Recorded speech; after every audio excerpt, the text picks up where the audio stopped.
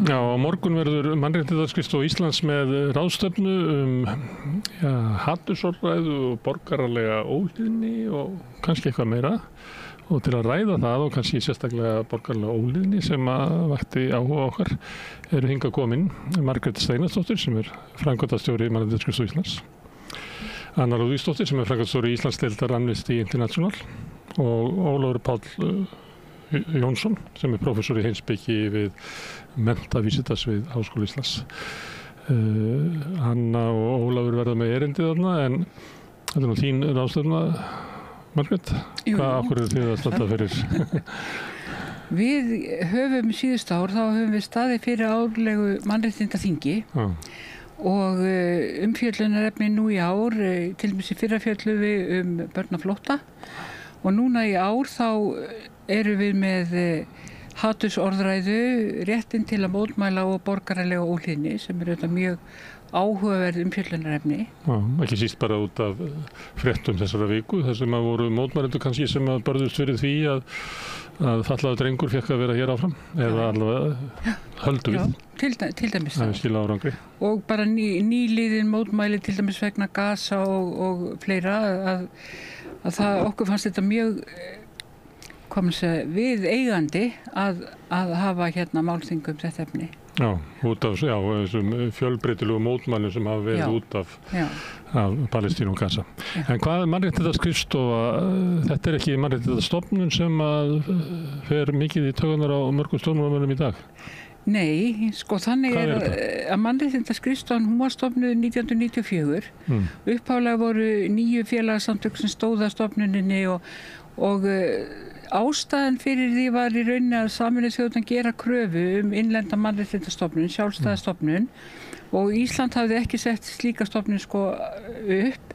Þannig að þessi samtök tóku sig saman og nú erum við búin að vera í 30 ár í rauninni að berjast fyrir því að verði sett upp sjálfstæð innlend mannréttindastofnun. Og það hefur tekist. Og nú hillir undir það. Já, þótt hún sé ekki byrjuð. Nei, þó hún sé ekki. Og hvað verður þá Mannréttindaskrifstofuna ykkar? Já, þá í rauninni höfum við lokið okkar hlutverki því að við höfum verið að starfa og erum með samning við forsætisráðuneytið að starfa samkvæmt Parísarviðmiðum Sameinuðu þjóðanna þessar stofnanir. En við gátum í rauninni ekki gegnt því hlutverki af því að slík stofnun þarf að vera sett á stofn með lögum og hún þarf að vera algjörlega sjálfstæð. En við erum auðvitað bara frjáls félagasamtök sem eru með 17 aðilda félög. Þar á meðal Amnesty til dæmis. Þannig að það ástæðan fyrir því í rauninni að það voru sett lögum innlenda mannréttindastofnun. En Anna, þú fjallar hvað? Rétti til að mótmæla og... Já, ég ætla að fjalla borgaralega óhlýðni sem vissulega undir réttinu til að mótmæla. Fyrirlesturinn minn ber heitið Við óhlýðnumst öll og ég ætla að fara aðeins yfir hvað borgaralega óhlýðni felur í sér, hvað hún þýðir, hvað ber hafa í huga þegar fólk stundar borgaralega óhlýðni. Líka kannski aðeins að fara yfir einhver sögulega áfanga í borgaralegri óhlýðni því að það mér hefur sýnst að fólk sem hefur stundað borgaralega óhlýðni í sögunni, við getum tekið Martin Luther King, við getum tekið Rosa Parks sem neitaði að standa upp í strætó fyrir hvítum manni, var handtekinn í kjölfarið á því og var sprettan kannski að ákveðinni mótmæla öldu í Bandaríkjunum til þess að krefjast réttinda fyrir svart fólk. Að í dag alla jafna mikil virðing borin fyrir þessu fólki og það litið til þessa fólks sem að þau hafi náð ákveðnum árangri í að gera samfélagið okkar betra. En á sama tíma, og við berum virðingu fyrir þeim sem hafa stundað borgaralega óhlýðni í sögulegu samhengi, að þá kannski orðræðan aðeins önnur þá sem að stunda borgaralega óhlýðni í dag. Og finnst þér þrengjast að það sé verið að skilgreina mótmæli sem það sé verið að grafa undan samfélaginu, það sem að kannski í eðlilegri skilgreiningu ættu að líta á mótmæli væri það að byggja upp gott samfélag?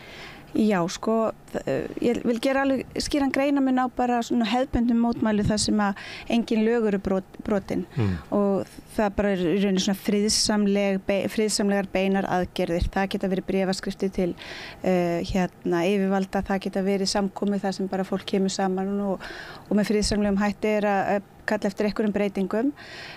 Borgaraleg óhlýðni, það felur í sér einhver lög eru brotin og þau eru brotin af samviskuástæðum og þau eru brotin til þess að ná fram samfélagslegum breytingum og lögin sem eru brotin, þetta er svona, já, þetta felur eiginlega tvennt í sér. Þú getur annars vegar brotið lög sem eru í eðli sínu ómannúðleg eða brjóta á mannréttindi fólks og þá ertu í raun að brjóta þau lög til þess að sýna fram á óréttmæti þeirra eins og Rosa Parks gerði í strætisvagninum. Og ég veit ekki íslensk dæmi sem að kannski er ekki jafn svona lituð jafn miklu svona ljóma í sögunni þegar Davíð Scheving Thorsteinsson keypti bjór. Já, til dæmis. Þegar það voru menn sem að fóru og réru sér til fiskjar gegn kvótakerfinu og voru handteknir þegar komið upp. Já, og svo er það þegar að lög eru brotin sem að í eðli sínu brjóta ekki á mannréttindi fólks og það getur þá verið einmitt að trufla einhverja starfsemi, það getur verið að vera með setumótmæli, loka vegum. Trufla það ráðherra geti keyrt að og frá ríkisstjórnarfundum. Já, þannig að þá er verið að brjóta lög sem að svona í alla jafna þá bara samþykkjum við að þessi lög séu sanngjörn og réttmæt en þau eru samt sem áður brotin til þess að ná athygli ráðafólks, fjölmiðla og þannig að ákall hópsins verður hærra og sýnilegra og nær til eyra stærri hóps. En ég spurði þetta svona hvaða mynd við höfum í sögunni og svo hvernig er orðræðan í dag hvort hún væri orðin svona harðari en meðal annars út af mótmælum við ríkisstjórnarfundinn við Lindagötu. Það var svolítið fréttaflutningur þannig að meiddi sig einhver en það var ekki sagt frá því fyrir en seinna að það var ráðherrabílstjóri sem keyrði á mótmælenda og svo voru náttúrulega lögreglan að meiða mótmælendur. Það líka kannast við að þeirra var kastað snjóbolta í bíl þingmanns, þá var það litið eins og að mótmælin fyrir utan þinghúsið út af Palestínu var að fara úr böndunum, þannig það er svona stemming svolítið. Já, ég held að það sé líka mjög mikilvægt að gera síðan aftur þennan greinamun á friðsamlegum mótmælum sem eru varin af alþjóðlegum mannréttindalögum, að meðan ofbeldi er ekki beitt heldur þá teljast þau friðsamleg. Það sem ég fannst áhugavert í kjölfarið á mótmælum þarna í Skuggasundi, þar sem að ríkisstjórnar fundi var truflaður eða fólk svona heft för, að það var orðræðan sem fór þarna fram strax á eftir að ráðherra stigu fram og sögðu að þau teldu mótmæli ekki lengur friðsamleg þegar það væri farið að brjóta lög. Og það er ekki Amnesty skilgreining og ekki okkar skilgreining á því hvað telst friðsamleg mótmæli. Þarna var einhver ofbeldi beitt, mótmælendur voru ekki beita ofbeldi og þar að leiðandi teljast mótmælin áfram friðsamleg. En þau voru vissulega farin í það að teljast til borgaraleg óhlýðni og borgaraleg óhlýðni er einnig varin í mannréttindasamningum. Mótmælastaðan á mánudaginn fyrir utan, nú er ríkisstjórnarfundirnir komnir í neðst á Hverfisgötuna, að þá stóðu mótmælendur fyrir þannig að teftu umferð og strætó fóru að ganga bara aðra leiðir og ég sá ekki betur en að allir beygðu sig undir rétt fólks til þess að mótmæla þótt að verði eitthvað tímabundi rask á þeim ástæðum. Já, það var virðist vera svona, ég hef bara fylgst með þessum mótmælum í gegnum fjölmiðlaflutning. Mér fannst eins og þarna hefði verið komin einhver aukaskilningur á því hvað var að fara fram og réttindi þessa hóps til þessa mótmæla og til þessa trufla. Því að mótmæli og borgaraleg óhlýðni sérstaklega, hún er gerð til þess að trufla og stuða jafnvel og valda röskun og aftur, hún er vernduð. Þannig að yfirvöld og almenningur verður í rauninni bara að sætta sig við þessa röskun sem getur orðið þegar borgaraleg óhlýðni er stunduð. Kannski var ríkisstjórnin sáttari við vegna þess að hún var að reyna að lenda málinu í einhverju svona sátt við kröfur mótmælenda á þessu tíma, öfugt við það sem að gerist í Skuggasundinu þar sem að ríkisstjórnin hafði engan áhuga á því að beygja sig undir kröfur mótmælenda. Það getur verið að sé mismunandi hvernig tekið á mótmælendum. En Óla Páll, hvað ætlar þú að fjalla um? Ég ætla líka að fjalla borgaralega óhlýðni og svolítið svona byrjaði aðeins í sögunni, fara vestur haf og heilsa upp á hann Henry David Thoreau sem að var svona kannski upphafsmaður orðræðunnar borgaralega óhlýðni. Hann sem sagt hann sem sagt að skrifa þarna eða halda sína fyrirlestra svona miðja 19. öldina og hann sem þessi afskaplega ljúfi og friðsami maður, hann var settur í fangelsi fyrir að neita að borga skatt og ástæðan fyrir því hann vildi ekki borga skatt var að Bandaríkin stóðu þá í stríði og voru að innlima hluta af Mexíkó og búa til þá nýtt ríki í Suðurríkjunum sem var þá þar með líka þrælaríki.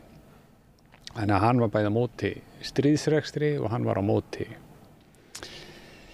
þrælahaldi og hann sem sagt neitar þá að borga ákveðinn skatt. Sagði þessu félaginu og neitaði að borga félagsskuld? Já, hann neitaði að borga félagsskuld sem að segja af því félagi var sem það stóði í stríði og hann sem sagt þetta nú eiginlega svolítið svona skemmtileg saga af því að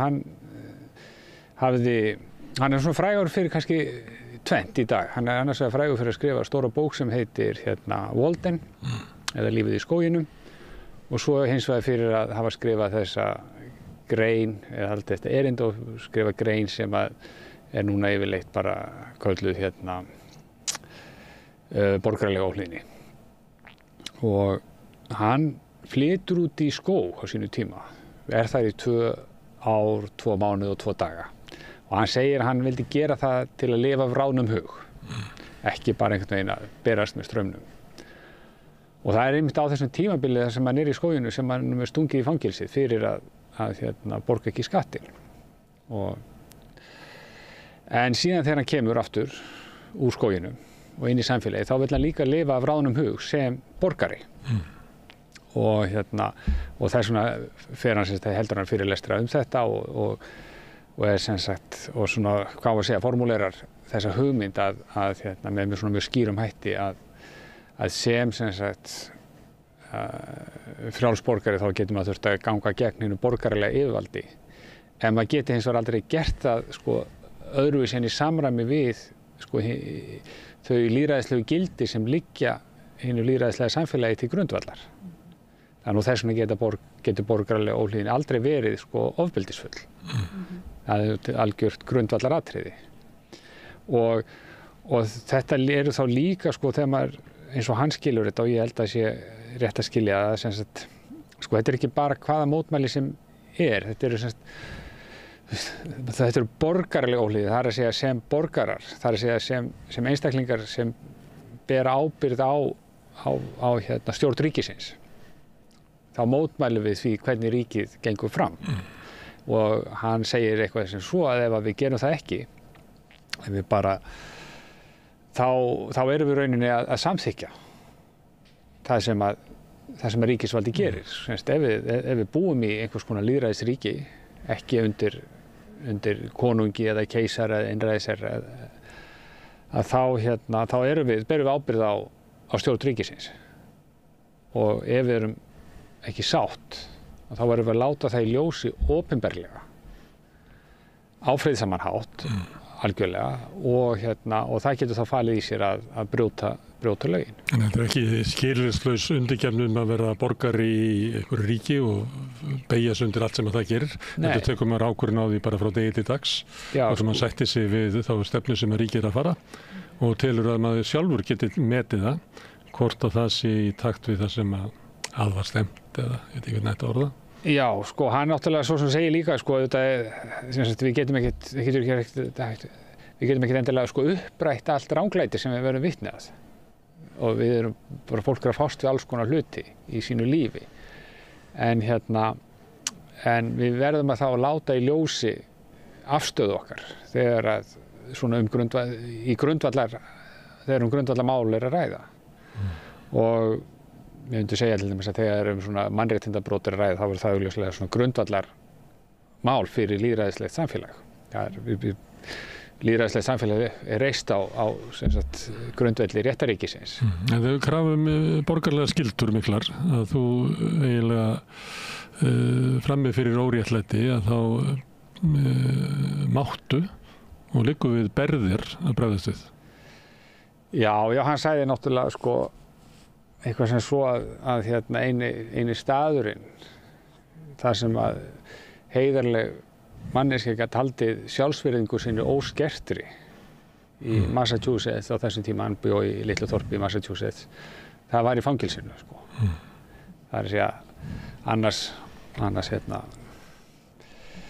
á meðal þeirra sem eru bornir mestu órétti eða sko, af því að ríkið í rauninni vegna þess að þetta gengur það svona fram gegn grundvallar gildum hins lýðræðislega samfélags, sem stendur í stríði, stendur fyrir þrælahaldi, að þá er eina leiðin til þess að halda virðingu sinni sem borgari, og hann myndi líka segja sem manneskja, en það er mikilvægt í þessu sammengi að það er sem borgari, það er að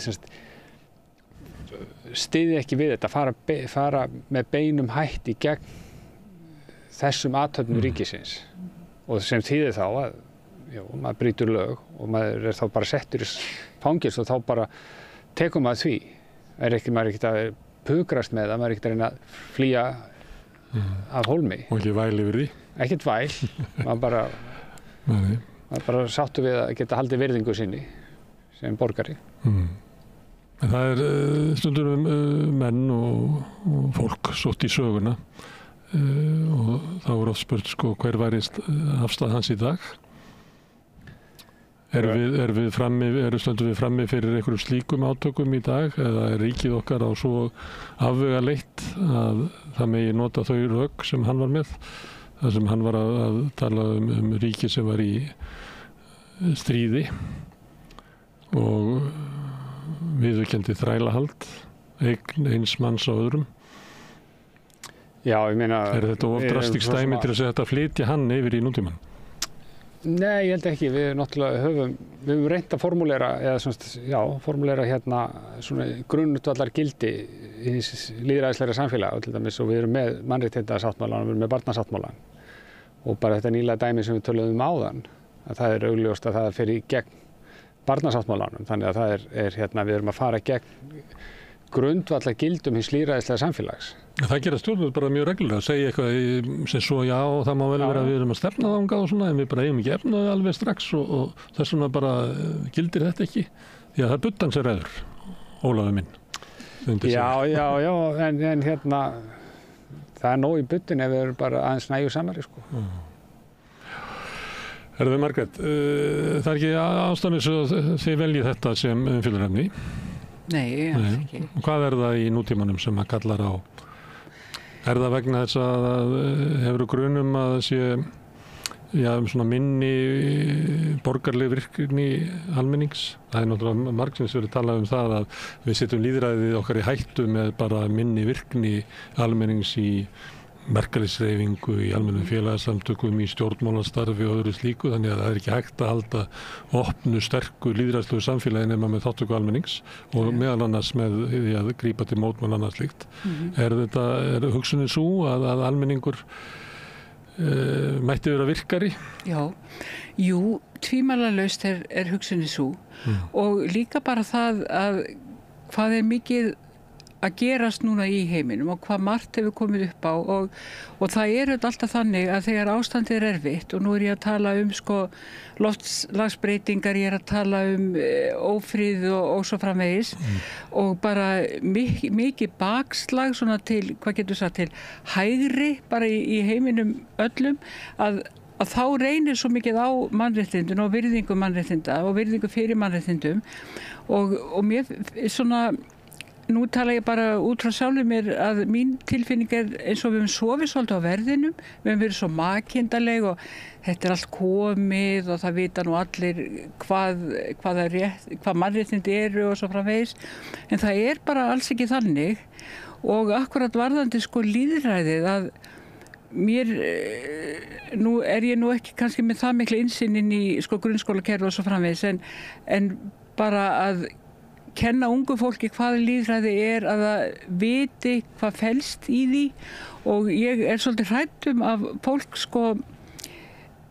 ég sé ekki almennilega að gera sig grein fyrir þeirra ábyrgð og hlutverk til þess að viðhalda lýðræðinu í raunni sem að mínum að nú það svona besta stjórnarformið þó að það hafi galla líka sem að við höfum.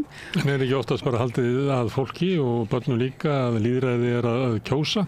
Það talaði í forsetakosningu að það veri mikið lýðræðisvisla. Já, akkurat. En þá eru þetta ekki farið dýpra í það og fólk áttar sig ekki almennilega á því sko og ég hef alveg svo að verðum bara eins og aðrir að við verðum alltaf að viðhalda lýðræðinu, við verðum að standa vörðum lýðræðið og öll réttindi. Þannig að þess vegna finnst mér og líka bara nýliðnir atburðir eins og bara mótmælin sem voru að nefna svona að þetta bara mjög mikilvægt að færa þetta upp yfirborðið, fjalla það, fá fólk til umhugsunar og í sumum svona ég hef alveg heyrt orðræðu eins og það að mótmæla sé bara, þetta einhverju kverulandar og villsingar og svo framvegis og hvers vegna vera að mótmæla og það ági og svo líka svona þessi skautun við þið og svo framvegis. Þetta einn liður í því að þetta er svona viðleitni til þess að vekja fólk til umhugsunar. Alveg tímanlaust. Það þurfi virka þáttöku almennings til þess að viðhalda. Já, algjörlega. Og að það skilji hvaða ábyrgð það ber og hvaða lýðræði felur í sér. Og við viljum ekki fara yfir í eitthvað annað og verra. Svo maður kannski heldur áfram með Þóró að þá það sem maður velti fyrir sig þegar maður að ganga niður frá Hallgrímskirkju eða frá Hlemmi út af í þessum Palestínumótmælum. Þá það fólkið sem að þú nefnir að sé verið að reyna að segja sig svona kverulandar eða eitthvað svona. En það fólk sem miðað við kannanir að halda málstað sem hefur mikinn meirihlutastuðning meðal almennings. Með sömu kröfur og alþjóðadómstólinn það að verði stoppað átökin. Og að fullyrðir að þarna séu þjóðarmorð í gangi sem alþjóðadómstóllinn segir að sé líklegt. Og þetta mjög hvet fólk til þess að pröfa að gera þetta, að labba sérstaklega meðal mótmælenda. Það sem að mótmælendin reyna að halda fram því sem að maður myndi telja að væri svona grundvallaratriði samfélagsins okkar á meðan að stjórnvöldur ekki gera það. Akkurat. Þetta Langar líka kannski að koma inn á að Íslandsdeild Amnesty International var 50 ára núna síðastliðna helgi, héldum stóra afmælishelgi og þar kom Agnes Kalamard sem aðal framkvæmdastjóri Amnesty International frá London og hélt ræðu í Norræna húsinu þar sem að Íslandsdeildin var stofnuð fyrir 50 árum á föstudaginn og hún ræddi það og sýndi vitnaði í skýrslu sem að sýna fram á það að staða lýðræðis í heiminum í dag það bil eins og hún var við fall Berlínarmúrsins. Þannig að þáttaka í lýðræðislegum ákvörðunum og umræðu jafn mikil og jafn heft og jafn auðveld eða jafn erfið eftir hvernig við horfum á það eins og var í kringu 1989. Og þetta auðvitað mjög alvarleg staða við sem að fara aftur og bak í lýðræðislegri þróun og lýðræðislegri þáttöku. Og ég held að svona þegar ég sit auðvitað sem framkvæmdastjóri Íslandsdeildar Amnesty og ég hugsa bara að því miður rosaleg þörf fyrir samtök eins og Amnesty International í dag og bara alls ekkert síður en þegar samtöki voru stofnuð á í algjörlega upphafi. Út í London en þannig að bara það svo rosalega mikilvægt að fara inn með mannréttindafræðslu ekki bara til nemenda heldur líka kennara í skólunum. Það svo mikilvægt að koma þessari mannréttindahugsun og hugmynd að snemma hjá börnum þannig að hvort sem að þau verið síðan aktivistar eða aðgerðarsinnir eða þáttakendur í starfinu eða ekki en að seinna meira þá verður þetta fullorðnir einstaklingar sem vita hvað þetta þýðir og vita hvað mikilvægt að standa vörð mannréttindi alltaf, ekki bara á tyllidögum, heldur alltaf og í öllum sviðum mannlífsins. Þannig að mér finnst þetta bara svo áhugavert að þú varst að tala stöðu lýðræðis þannig að ég vildi endilega fá að koma þess að. Þá var líklega skólinn að vera lýðræðislegt samfélag. Já, Já. Ég veit ekki. Það er náttúrulega skólinn þarf að grípa allt sem aflaga fer í samfélaginu. Það er... Nei, ég veit ekki að vera það í sjálfur sér þar hann að vera lýðræðislegt samfélag. En það er svolítið athyglisvert að því nú erum við að tala hér mjög eðlilega finnst mér að svona lýðræði og mannréttindi nánast í sama orðinu. En það er hins vegar mjög athyglisvert að 1974 þá er lýðræði gert að, ef svo maður segir, bara megin markmiði skólakerfisins og það er bara mjög veigamikið stefnu atriði. Það er skrifað inn í lögin, það er útfært í aðalnámskrá og síðan er farið að vinna að breyttum kennsluháttum og námsmæti og allt með þetta að leiðarljósi. En það er ekki minnst á mannréttindi. Og það er ekki fyrir en með aðalnámskránu 2011 sem að mannréttindi verða að einhverjum svona megin atriði í íslenskri aðalnámskrá. Þá með grunnþættinum lýðræði og mannréttindi. Fram að því voru mannréttindi algjört aukaatriði, bara svona smáatriði sem er tekið fyrir í einhvers staðar í samfélagsgreinum og kannski einhvers staðar í, veit ekki hvað, lífsleikni eða eitthvað. En bara eitt af 1000 viðfangsefnum. Þannig að mannréttindi eiga sér sem svona eitthvað svona megin viðfangsefni mjög stutta sögu í íslensku skólakerfi sem er, og það er mjög athyglisvert að bera saman þessa sögu. Sögu annars vegar lýðræðis og hins vegar mannréttinda. Margrét, þú nefndir að vera svona hægri bylgja og það er nú hægt að sjá það í kosningaúrslitum allavega í Evrópu þó að kannski hún sé kannski mætti alveg halda því fram að hún var eiginlega síður núna heldur en fyrir nokkru árum því að núna það sem við erum að horfa á í kosningaúrslitum það er flutningu frá klassískum hægri flokkum, hefðbundnari hægri flokkum eftirstríðsárana yfir til nýhægrisins. Það er ekki víða hægt að sjá eitthvað straum frá vinstri til hægri eða yfir miðjuna. Og þetta breytir náttúrulega valdastöðunni hægra megin að það eru svona flokkar sem hafa verið kallaðir populískir flokkar sem að ná stöðunni. En að þú sagðir svona það sem hefur náttúrulega líka verið að gerast kannski á síðustu áratugum það að opinber umræða hefur færst yfir á svona vettvang sem er í eigu oft hinna ríku. Við þekkjum það bara í íslenskum blöðum að það er ekki svo langt síðan að voru alls konar félagasamtök sem voru stjórnmálaflokkar sem áttu blöð og það var ég vel hægt að fara rök fyrir því að Ríkisútvarpið hafi verið sjálfstæðara svona frá stjórnvöldum og eiga átt til að vera gagnrýnið það bara fyrir 20-30 árum síðan en við sjáum þetta sama við sjáum BBC er veigaminna og það er miklu hægri sinnaðar en nokkuð tíma verið. Er afstaða almennings að færa til hægri eða hefur hægri bara ná tökum á umræðunni og umfjöllunni?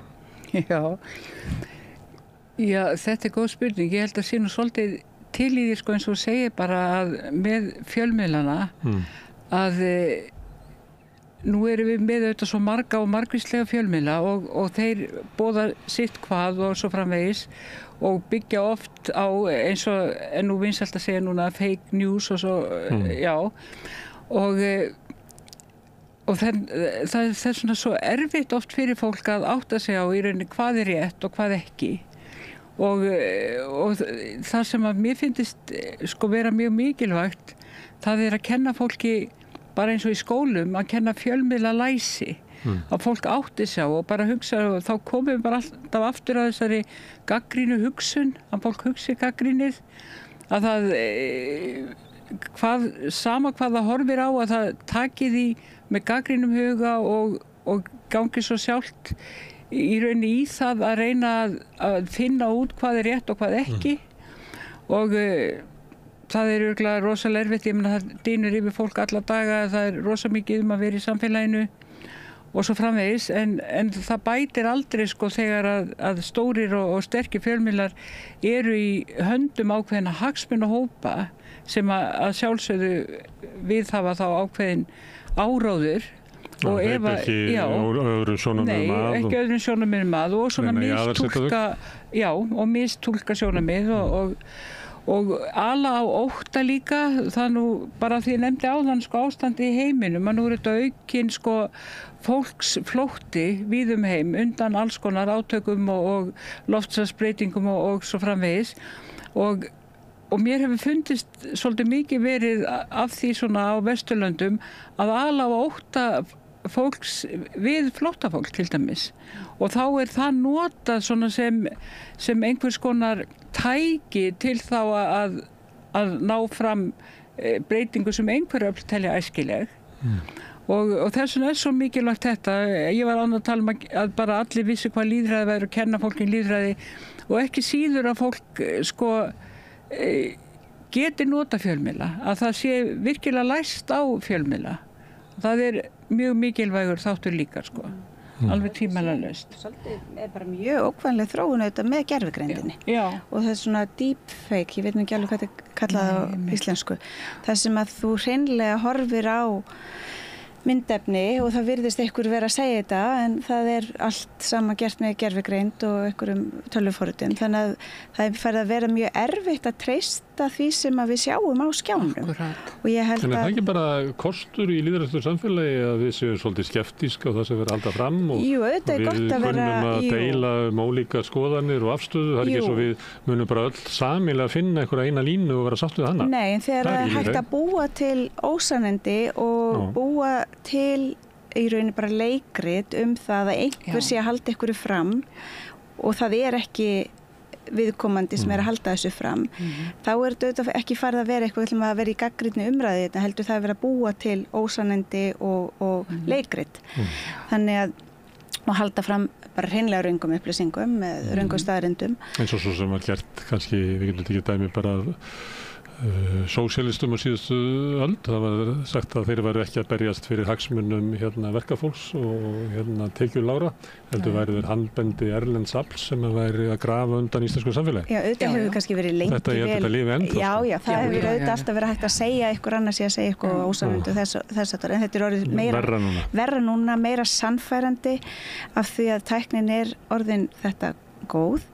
Þannig ég held að það sé eitthvað sem að við þurfum að varast og vera vakandi með hvernig verið að blekkja fólk í fjölmiðlum og í öllum þessum samfélagsmiðlum og svo auðvitað eins og þú segir Margrét með óttastjórnun, ég held að það sé fátt sem að heldur fólki betra á mottunni heldur en ef það óttast eitthvað, óttast í það ókunnuga þannig að ég held að ábyrgð ríkisvaldsins svo mikil og ég held stundum veit ég ekki hvort þau átti sig á því hversu mikil hún eða þau notfæra sér það hvað þau bera mikla ábyrgð og hvað orðin þeirra hafa mikið vægi í samfélagslegri umræðu. Ég sé að nefna þetta að sé verið að mála upp að það sé ógn af innflytjendum. Ég sé enga þætti íslensk ríkisvalds reyna að mæta því með einhverjum betri upplýsingum og ég myndi halda það að væri bara háskólinn væri alveg á yfirsnúningi og Hagstofan og fleira við að dæla inn upplýsingum inn í samfélagi til þess að væri þetta draga saman einhverja raunverulega tölur. Móta sér eðlilega skoðun í staðinn fyrir að vera alltaf að hlusta á einhverja menn sem ekki tekja þetta og starfi ekki nálægt þessu og vita lítið þetta, vera að fullyrða að eitthvað svona sé þetta í Svíþjóð og þeir hafa eins og lesið á netinu og svona sem bara veður yfir alla umræðu. Já, við sjáum það oft verið að miða íslensk lög eða svona oft sagt að við ætlum að samræma okkur við Norðurlöndin en það kemur kannski aldrei fram hvaða lög og það svona eins og við sem að reyna að taka neðsta samnefnar og öllum Norðurlöndunum. Svipað var gert þegar skattar voru lækkar hérna á efna fólk. Já, og við ætlum að vera bara með neðsta samnefnar allra Norðurlöndum í útlendingalögum og státa okkur svo af því að við getum borið okkur sama við nákvæmlega. En ég sé enga ríkisstofnun bregðast við þessu. Nei, kannski Já, við erum auðvitað, Mannréttindaskrifstofan er ekki ríkisstofnun en svo það málið að það eru ýmsar upplýsingar aðgengilegar varðandi ýmislegt eins og að tölum bara þá mýtu að innflytjendur fremji mun fleiri afbrot heldur en Íslendingar og svo framvegis. Þetta alltaf hrækið, Já, svo koma áskýrslur ríkislögreglustjóra sem segja að innflytjendur séu miklu löghlýðnari og Pólverjar séu löghlýðnastir allra. Þannig að það eru til ýmsar upplýsingar sem að hrekja alveg þessar fullyrðingar. En svo líka eins og það sé bara ekkert hlustað á það. og það finnst mér líka alveg magnað og það finnst mér hafa líka færist í vöxt síðust ár bæði hér á landi og erlendis að það er bara slegið fram einhverju sem er svo augljóslega rangt. Það bara getur ekki, ég nefni bara sem dæmi þegar Trump segir þegar hann er settur í embætti, það var aldrei verið annar eins fólksfjöldi viðstaddur eins og þegar ég var settur í embætti og svo var sýnt yfir hópinn og það var bara einhver svona smáhópur, svona miða við það sem hefur verið hingað til. En þessi slegið fram og alveg fjöldi fólks tekur þessu sem heilugum sannleik og það er svona þetta sem ég er að meina, það er eins og að fólk láti bara matasendalaust, kannski af því að því hefur ekki verið kennt nógu vel að lesa á fjölmiðla eða bara þeir koma kannski svolítið aftan að okkur og þeir eru orðnir svo margir og allstar aðgengilegir og svo framvegis. En þetta er ákveðið bara vandamál og ég segi líka bara aftur að við höfum örugglega verið of værukær og við erum auðvitað núna að reyna að bregðast við og vonandi gengur það. Þetta hefur kannski ekkert breyst, kannski var Thoreau í skóginum að lesa blöðin, þar sem hann var talað um að þetta veri heilar stríð til berjast fyrir bara tilverurétti Bandaríkjanna og þess vegna bæri öllum sönnum Bandaríkjamönnum að styðja þetta stríð, alveg eins og við heyrum í dag að við erum að styðja stríð og það er alltaf heilarstríð. Já, öll stríð eru heilustríð, það er, og öll stríð eru frelsisstríð. Það er ekkert síður ríkisvaldið sem heldur fram rangindum. Já, og þess vegna er nauðsynlegt að geta risið upp gegn ríkisvaldinu og það getur verið borgaraleg skylda okkar akkúrat. En ég held að þetta með vandinn við falsfréttirnar og það allt saman, hann er ekki nýr en hann er ýktari núna en hann oft áður og málið er ekki að markmið þeirra sem eru svona iðnastir við kólan í falsfréttunum er ekki að koma fram einhverjum villandi upplýsingum, heldur í rauninni bara grafa undan sannleikanum. Þannig að hugmyndin sannleika sé bara einhvern veginn ónýtt. Og Orwell skrifar þetta og Hannah Arendt skrifar þetta og ég held að þetta sé mjög mikilvægt ef hugmyndin að eitthvað sé satt allt í einu orðin einhvern veginn komin á flot þá er hægt að halda hverju sem er fram og þá er ekki hægt að hrekja neitt og það er auðvitað sjáið það sem Trump gerir að hann heldur bara fram einhverju vitleysu og hann veit alveg að hann er ekkert að fara endilega samfæra fólk það en markmið er bara einhvern veginn að eyðileggja sannleikann en við sjáum þetta líka, við séum þetta alveg í okkar umræði hér á Íslandi og það er til mjög góð bók sem ég mæli með hvern sem heitir Sögukennslu skammdegið það sem farið yfir umfjöllun í fjölmiðlum og á Alþingi deilur menntamál sem voru hér 83 til 84. Það var frá eitthvað nóvember og fram í febrúar. Og það var endalaust verið að leiðrétta, hreina staðreyndavillur. Og það var bara brugðist við því með því að halda þeim fram aftur og aftur. Og þannig að þessi vandi er ekki nýr en hann er ýktari núna. En við ræddum hvernig stytting framhaldsskólans var komið á. Og það var þannig að fyrst var tillagan lögð fram og hún var gagnrýnd harðlega og hlegin út af borðinu. Svo kom hún bara aftur fram og þá var líka andstaðan aðeins veikari og svo kom hún aftur fram og það bara rann hún í gegn. Þannig það var ekkert sem að tók tilliti til ábendinga hvað væri að. Við vorum síðasta fundi Seðlabankastjóra og hélt fram að vaxtahækkanir kæmi ekki við heimilin í landinu. Ég held allir sem að hlustu á það og sá að þetta væri bara þvæla. Við hlustum á stjórnvöld segja það að við höfum aldrei haft það betra. Að hér séu hæstu laun í Evrópu. Svo erum við líka það hér séu hæstu vextir. Hæstu skattar í Evrópu og þá líklega til þess að megi ekki hækka skatta á fjármagn og fyrirtæki. En það veit allir að þetta er ekki rétt. Já, svo komin orkuskortur líka. Það er orkuskortur, þannig að það er eiginlega Trump er allstar eins og en þú veist, og þá getum við spurt hvað er til ráða og ég held að eitt af því sem tengist bæði lýðræðinu og mannréttindunum það er almannarýmið held ég, skiptir mjög miklu máli og við erum að standa vörð það og ég held að þessi að vissan hátt verið að þrengja mikið að almannarýminu. Það er að segja, hvað er líklegast til þess að fá mann til dæmis að skipta skoðun á, segjum á fólki sem lítur öðruvís út, er með annan húðlit eða eitthvað. Það er bara að hitta það. Ekki sant? Og veist, ef maður bara horfir í augun á svartri mannesku og bara allt í einu sér maður að hún bara horfir tilbaka og brosir og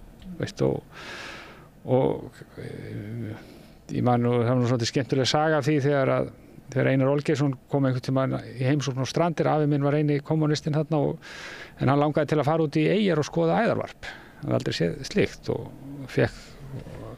það var bóndi sem lét til leiðast að flytja hann út í eyjuna sína og sína honum varpið, en hann var mjög hræddur að vera einn á báti með honum því að hann var náttúrulega bolséviki hættulegur maður, og svo var þessi bóndi mjög hissa eftir á að þetta var bara virtist alls ekki vera mjög ofbeldis hneigður maður, en það er stöðugt verið að þrengja almannarýminu og mér skilst nú þegar nú verið að ræða hér borgarlínuna áðan, ef við veltum fyrir okkur hvernig er okkar dagur, við erum sífellt, við eigum okkar heimili og það er bara svona okkar prívat griðastaðu þar sem að, við hittum engan nema við bjóðum honum í heimsókn og við auðvitað veljum það fólk vanlega, það er vinir og fjölskylda.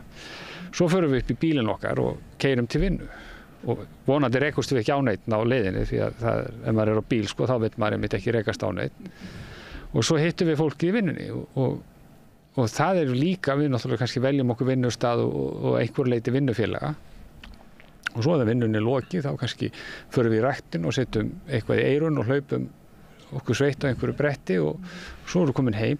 Þannig að kemur við í búðinu og ferð á sjálfsafgreiðslukassa? Ferðu sjálfsafgreiðslukassan eða ég bara kannski ef ég bara meira að segja pantað heim en jafnvel á afgreiðslukassanum þá eiginlega valla er nú hægt að segja að maður hitti manneskunni sem afgreiðir mann.